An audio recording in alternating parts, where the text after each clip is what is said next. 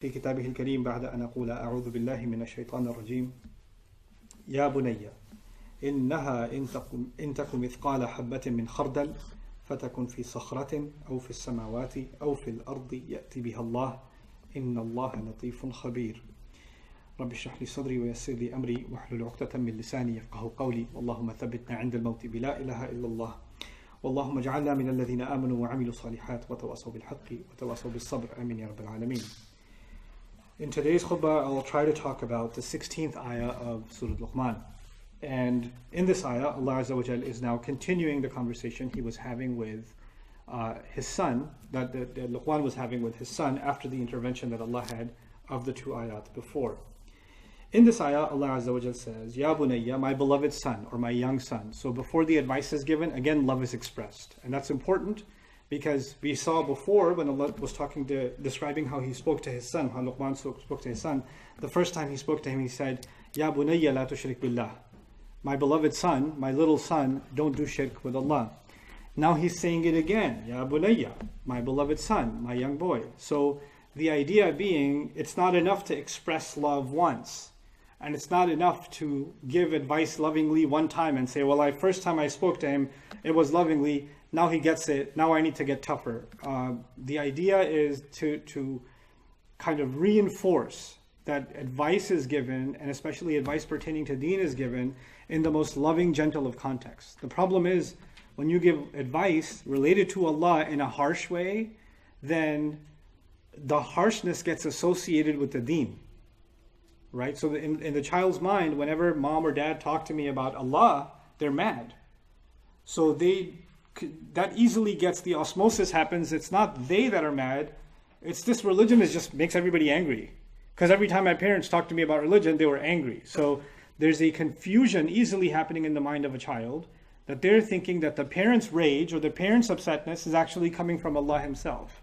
It doesn't help that sometimes elders, in trying to correct children, and we need to correct them, and tough love is necessary, but don't drag Allah into your tough love.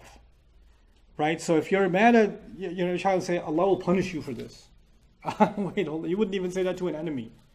Like, you wouldn't even say that to someone you don't like, that may Allah punish you. Right? So this is the kind of thing we should avoid doing. And yeah, there's a time for it. There's a time for waylaka amin. There are different contexts and different kinds of advice. But generally speaking, the starting point is not, if I'm not tough, they're not going to listen. The starting point is actually bashiran and then nadhiran, like the messengers. Good news first, gentleness first, speak lovingly first. And so that's inside of Ya bunayya. But this ayah is one of the most amazing journeys, like journeys of imagination in the Quran. And what I hope to illustrate to you today is that journey. Like, how is Allah describing this image that this father tried to paint for his son? He says, inneha, in taku, even if, think about the case where no doubt, even if it were myth. Now what is it? We don't know. So the father's already starting with a kind of mystery. What is it? He didn't say. And even the son is thinking, what is he referring to by it? Certainly, even if it was what?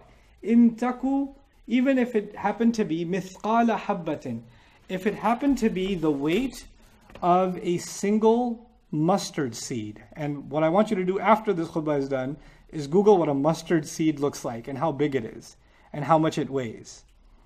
It's actually interesting that Allah didn't say wazna or thiqla habbatin. He said miskale habbatin. Miskal in Arabic is the pattern. Mif'al is used for devices, for tools. So, for example, fath is opening in Arabic, right? And the device used to open a door, a key, is called a miftah. And subh is morning.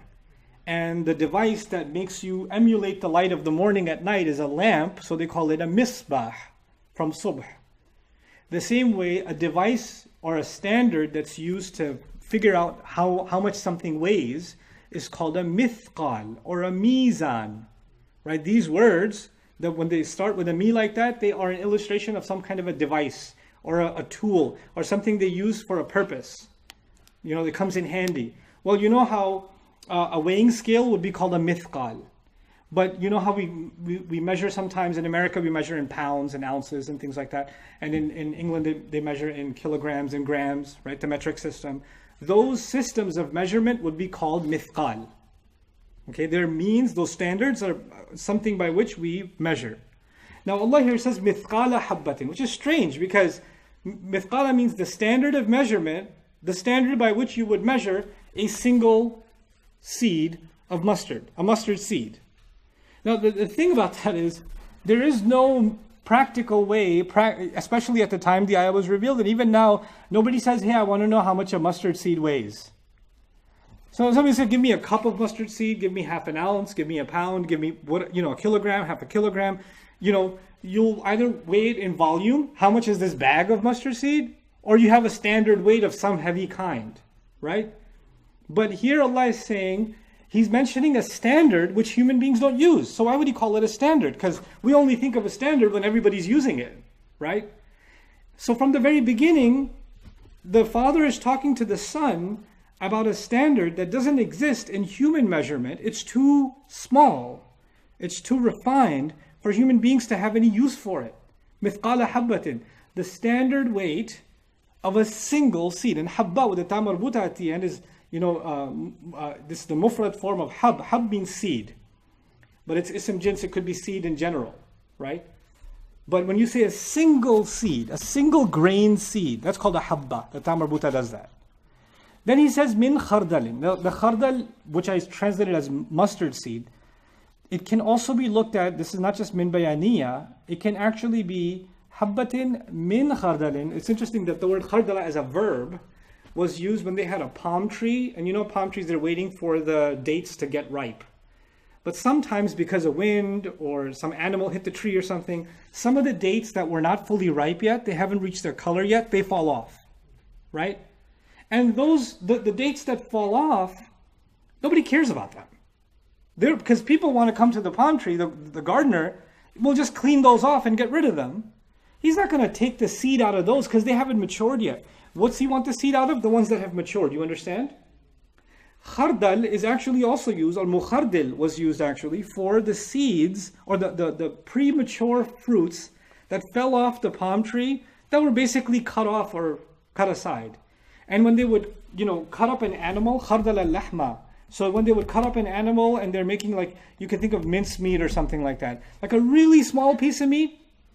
And when you're cutting up meat or you're cooking or something like that, you can't possibly use every single piece. When you cut up like vegetables or something like that, there's some peel that always comes on the side. Something that gets overlooked. No matter how much you try to scrape it from the cutting board into the pan, something flies off, right? That little bit of that would be a hardal too. Meaning it's cut off from the original and it's insignificant. So hardal either literally means a mustard seed or it means something cut off that your attention wouldn't go to. Right? And he says if something existed that was the weight of a single mustard seed, even if it was and it's not even a mustard seed, it's the weight of a mustard seed. Now think of anything that could be the weight of a mustard seed. And then on top of that, think of something that your attention wouldn't go to anyway, because your attention would be elsewhere. Now imagine the hardal that fell, the palm tree, the date that fell, it has a seed inside it. So it's not even it's being overlooked, the seed inside is being overlooked even more. And even from that little piece of fruit that's not mature that fell, it's not the size or the weight of a mustard seed. It would have to be 100th of that for it to be the weight of a mustard seed, right? So he's talking about something really, really puny. Like in a literary sense, he's talking about something atomic, right? It's a speck that he's talking about. Then he says, okay, fine. Now, there's this tiny little speck, a seed. Min hardal, fatakun fi sahretin. Then you find that this little seed would end up inside of a boulder. Al-hijr, al-kabir, al-azim, al-sulb. A large rock, a large boulder that is impossible to move, right? That is lodged inside the earth. That kind of a boulder is typically called a sahra. So now we've got this puny little seed. First of all, how did this seed end up, or something the weight of a single seed, end up inside of a boulder? So now two things have happened. First of all, it's not noticeable. Second of all, which specific one? If I say, I want you to find me that one seed, and there was 20 seeds on the ground, or 100 on the ground, How do you want me to find that one? They all look the same.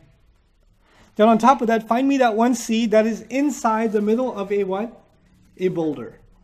فَتَكُنْ فِي صَخْرَةٍ أَوْ فِي السَّمَوَاتِ أَوْ فِي الْأَرْضِ. I'll translate the whole thing first, this whole phrase first, then come back to this image. He says, or that seed is somewhere in the skies. فِي السَّمَوَاتِ أَوْ فِي الْأَرْضِ, or it's in the earth. يَأْتِي bihallah, Allah will bring it forward. That little, whatever it is, that's the size of a seed, even if it is inside of a boulder. Now let's think about something being inside of a boulder. If I said to you, there's a diamond inside of this boulder, what would you have to do to access that diamond? Wouldn't you have to cut the rock?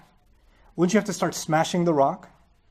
If I said there's something very, and by the way, a mustard seed, if it is a seed, is not hard like a diamond.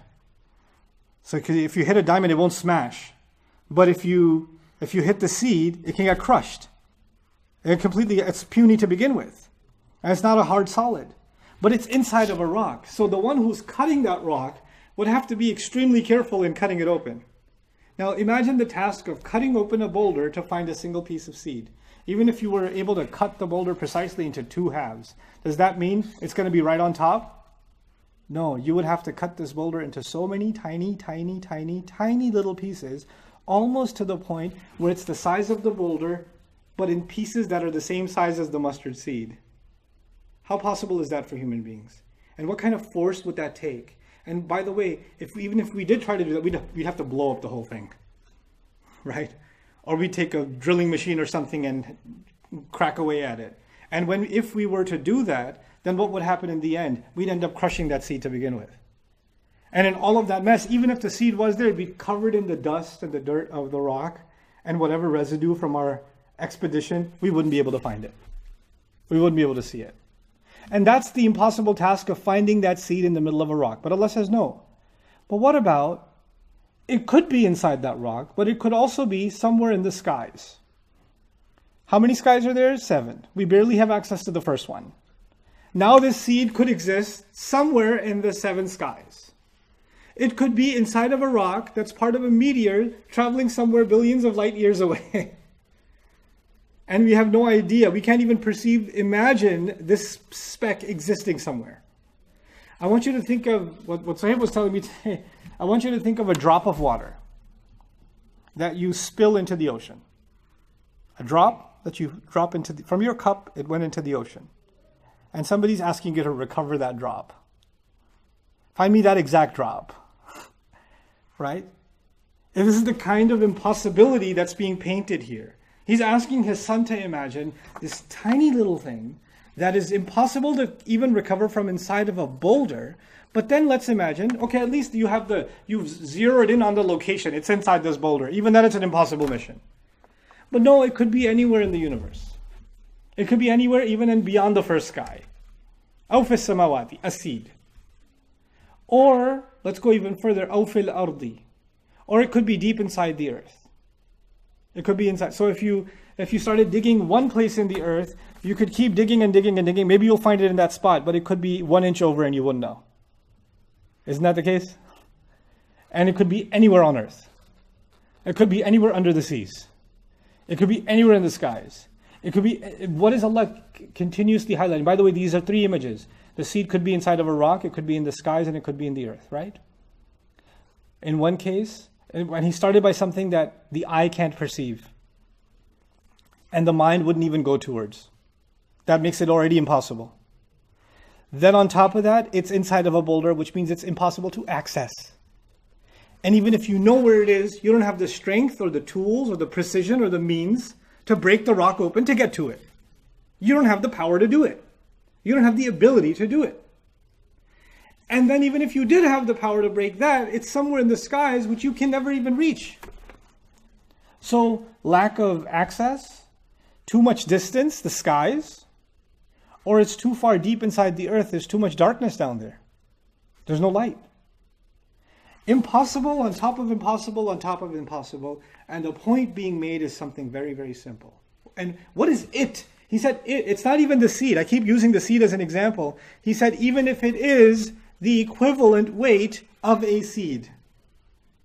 But what's it? It could be your intention. It could be the one little glance you took. It could be the one word you said under your breath that nobody heard.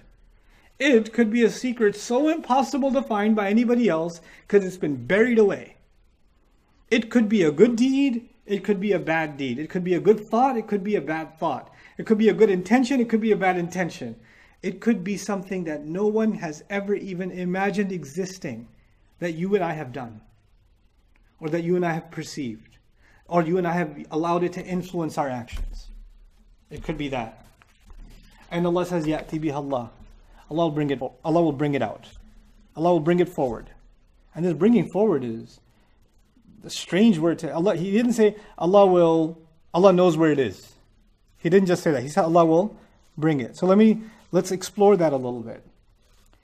You see, if someone was to ask me, forget a boulder, if somebody just gave me a piece of concrete, which is much easier to break than a boulder, and said there's an egg inside, can you recover the egg without breaking it? Right? The amount of precision with which I would have to cut the concrete and the care with which I'd have to cut the concrete is incredible, isn't it? And I could have tools that can break a wall. I can have tools that are powerful like a bulldozer. I can have heavy tools. But heavy tools they're too powerful for this job. Weak tools might be too weak. Powerful tools might be too powerful. I need precise access. Subtle, laser precise access. You know how like in surgery, some of you viewing are in the medical profession, in surgery, you have to have laser precise tools to make the incision, to insert the scope, and to go and remove the tumor or to remove the cyst or remove whatever, right?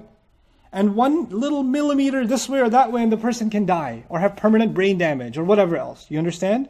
So you have to have very, very precise tools. Now, what's the word for when you have extreme precision and you're very delicate in what you do? That's actually called in Arabic lutf.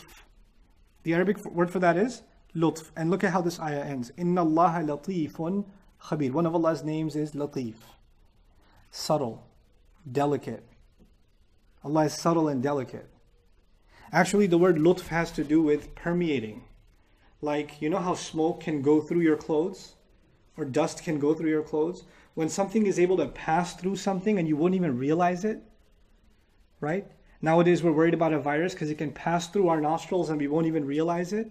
So the virus actually has lutf in it. It's too gentle and too delicate for us to perceive, but it passes through.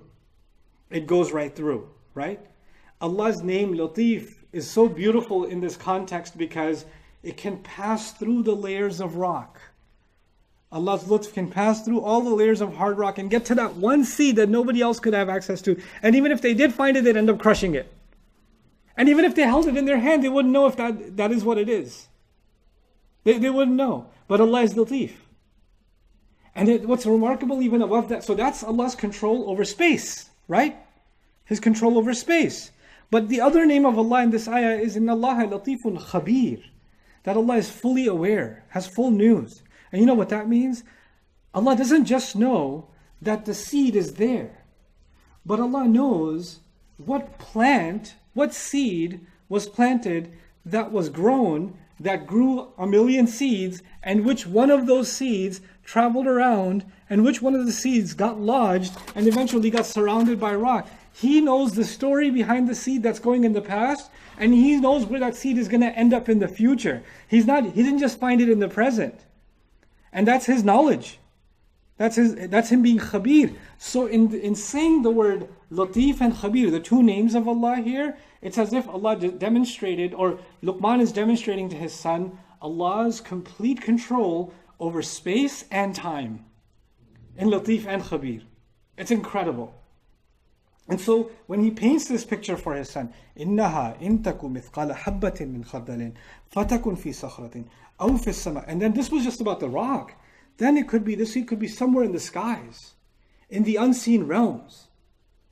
Aw fil ardı, or it could be anywhere in the earth. Even if we discover something, nowadays we discover historical artifacts. People discover dinosaur bones and stuff like that. People discover, ancient graves or tombs.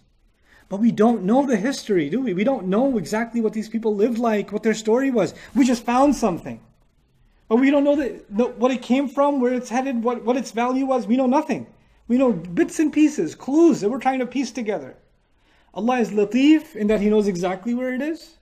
And His knowledge permeates through. There's no filters that can block out the knowledge of Allah. And then He's khabir. He's known about it all along. But even knowing and having access isn't enough. Someone has to be powerful enough to know about it, exactly where it is, to be able to sense it and perceive it. But beyond that, to actually pull it out and bring it forward for its purpose. So the ayah says, yeti bihallah, Allah will bring it forward. That's a remarkable power in and of itself. And that power is based on these names of Allah Azza wa Jal, latifun khabir. The point that the father is making to his son. Son, there are plenty of things you're going to do, I'll have no idea. There are plenty of things that you'll experience in life and you'll have no idea. You'll have no idea what people's real intention was. You'll have no idea that someone's saying one thing to you but doing another behind your back. You won't know. I won't know when I'm not around whether you're praying or not. I won't know if you can be pretty good at erasing your digital footsteps. Who you're talking to, who you're texting, what you're viewing. You can erase your browser history. You can wipe out your iCloud drive. You can clean up your call log. You can do all kinds of stuff. You can have secret apps. I won't know. There's no way for me to control where you're going to go, what you're going to do. There's going to be things that are going to be secret from the world and only you'll know about them. I don't know what fake screen name you're going to hide behind. I don't know. But you know what? It could be the biggest secret.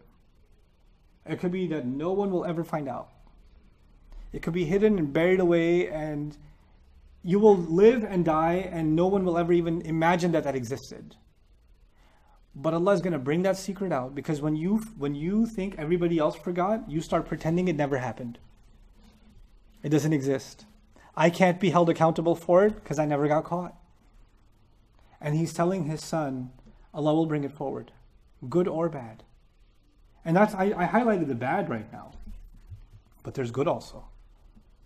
You said things to someone that helped them. You gave somebody hope. You said a kind word to somebody. You said, just know that I'm praying for you.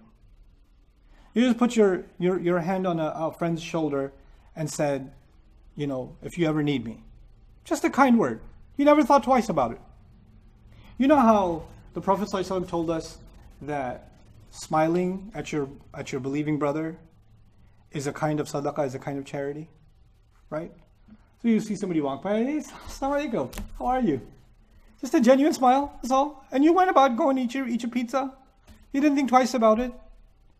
And in your mind, the things you have done are the things you're conscious of. The things that count is, did I do Hajj or not? Did I fast or not? The good deeds that you can actually quantify, you did. But there are things that you may have done that Allah knows about that are so tiny that even you won't know how tiny they are. You did them, you did good things, and you don't even know how tiny it is. And by the way, it's really remarkable that Allah gave the example of a what? A seed. And a seed inside of a rock cannot grow, isn't it? See, it's impossible for a seed inside of a rock to grow. But Allah says He can bring it out. And if Allah can bring out a seed, what can He do with that seed? He can turn it into a tree. He can turn that tree into a forest. He can turn that forest into endless fruits. He can turn those fruits into farms. He can do that all from what? One seed. And He's highlighting something so beautiful here.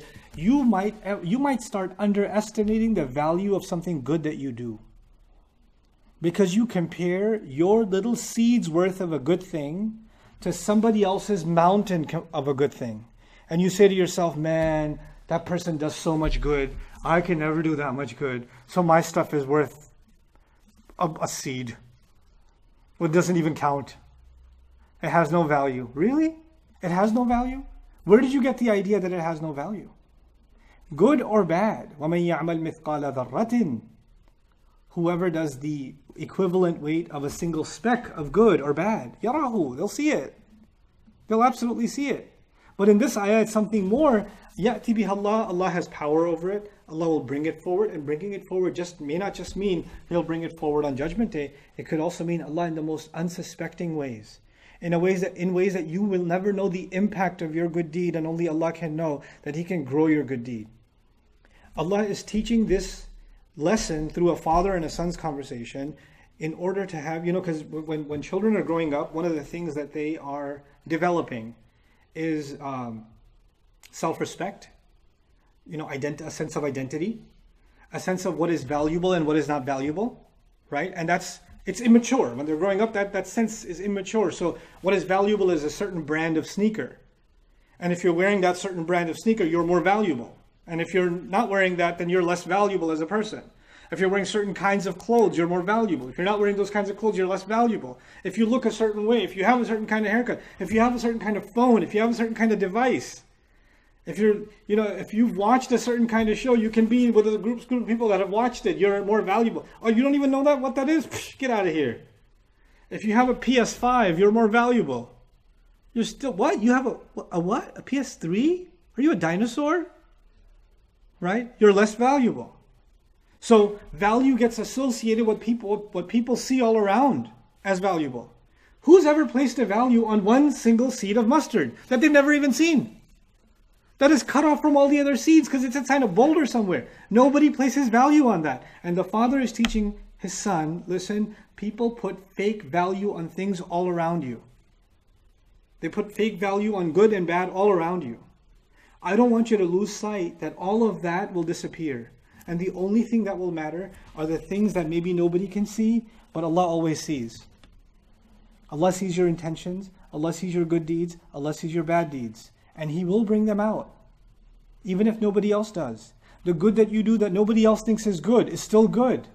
And Allah it may never get appreciated in this life by anybody because it was inside a boulder or it was lost in the sky somewhere. Your good deed, semavati, is really beautiful because you did a good deed, and good deeds go up into the skies too. Right? They go up for evaluation into the skies. And it can also imply that when you do a good deed, nobody around you appreciated it. Nobody said, by the way, you did a really good job. Nobody said, I'm proud of you. Nobody, because we look for validation. What is this ayah doing? It's also kind of giving validation. When you're doing something sincerely for Allah, Allah Himself is evaluating it. He's giving it validation. You don't have to seek it somewhere else. You don't have to look for it. He's making this young man independent of so many forces from the outside that make him feel that my bad is not that bad or my good isn't good enough. Right? Both of those are very powerful negative forces, by the way. My bad is not that bad, and my good is not good enough. And both of those are being crushed by this one image. And what does it do for this son? Every time he's passing by a plant, that plant will have seeds inside it, right? And he's reminded, look at what Allah did with that seed. Look at this, the greenery all around me, all of it at one point. That entire giant tree was at one point a seed. It was nothing else. It was just a seed. This entire field of crop was just a seed. The food that this entire earth is eating is reduced back to what? A seed. We're nourished by a seed. And something as insignificant and so small is sustaining the entire earth. Isn't it? Animals and human beings? Being sustained by seeds. By just seeds. It's something so small and yet something so powerful. Something with so much potential. And that's the last comment I'll make to you. You don't know the impact of what you're doing right now. I don't know, and you don't know. You might just be helping one person. You might just be doing one kind thing. You might even be just doing one good thing for your own self. You might just be doing one thing for your own self, but that one thing will have a chain of reactions. Not just one, an entire chain of reactions. One thing leading to another, that Allah has planned out. And the effect of it will seep through walls like latif. And Allah knows the effect is going to have. And where that's going to end up. How things will connect one to the other, to the other, to the other, to the other. You can't control that. That's only in the hands of Allah. That's beyond your perception. And so this ayah is actually really about a true reality check. The most valuable things in life are the things we cannot perceive. And this is the reality of Judgment Day, when the things we could not see will be the most real, the things we didn't think about will be the things we should have thought about the most, and the things that were distracting us and they were occupying us all the time all around us will disappear haba'an manthura, like scattered dust. They won't mean anything. You know? Allah, the same one a person wants to escape Allah. They don't want to stand in front of Allah. So they say, when I die, cremate my body because I don't want to be resurrected. Right? And even if you cremate their body, Allah will take the scattered specks of ash, even if they were scattered across the oceans, and bring the person back. This isn't even about the resurrection of a human being. This is about the resurrection of their deeds and the effects of their deeds. So this is a different kind of resurrection, isn't it? It's not just the persons being resurrected. All of our deeds and the impact of our deeds are being resurrected. And that's kind of like this most powerful, incredibly powerful, enabling and humbling lesson at the same time. It's one of those places in the Quran that if a young man or young woman internalizes this, then they get two things. They get an amazing sense of humility before Allah and self-consciousness, and they get an amazing sense of confidence. And you would think humility and confidence are two opposite things, and yet they are perfectly fused with each other in this ayah. Innellahe latifun habir. May Allah Azza wa Jal make us live the powerful teachings of this ayah, and may Allah Azza wa Jal allow us to raise a generation of Muslims that live this ayah in the way they carry themselves. Barakallahu li wa lakum fil Qur'an al-Hakim, wa nafa'ani wa iyyakum bil ayati wa dhikri al-Hakim. الحمد لله وكفى والصلاة والسلام على عباده الذين اصطفى خصوصا على أفضلهم وخاتم النبيين محمد الأمين وعلى آله وصحبه أجمعين. قال الله عز وجل في كتابه الكريم بعد أن أقول أعوذ بالله من الشيطان الرجيم إن الله وملائكته يصلون على النبي يا أيها الذين آمنوا صلوا عليه وسلموا تسليما اللهم صل على محمد وعلى آل محمد كما صليت على إبراهيم وعلى آل إبراهيم في العالمين إنك حميد مجيد اللهم بارك على محمد وعلى آل محمد كما باركت على إبراهيم وعلى آل إبراهيم في العالمين إنك حميد مجيد. عباد الله رحمكم الله اتقوا الله إن الله يأمر بالعدل والإحسان وإيتاء ذي القربى وينهى عن الفحشاء والمنكر ولذكر الله أكبر والله يعلم ما تصنعون. أقم الصلاة إن الصلاة كانت على المؤمنين كتابا موقوتا.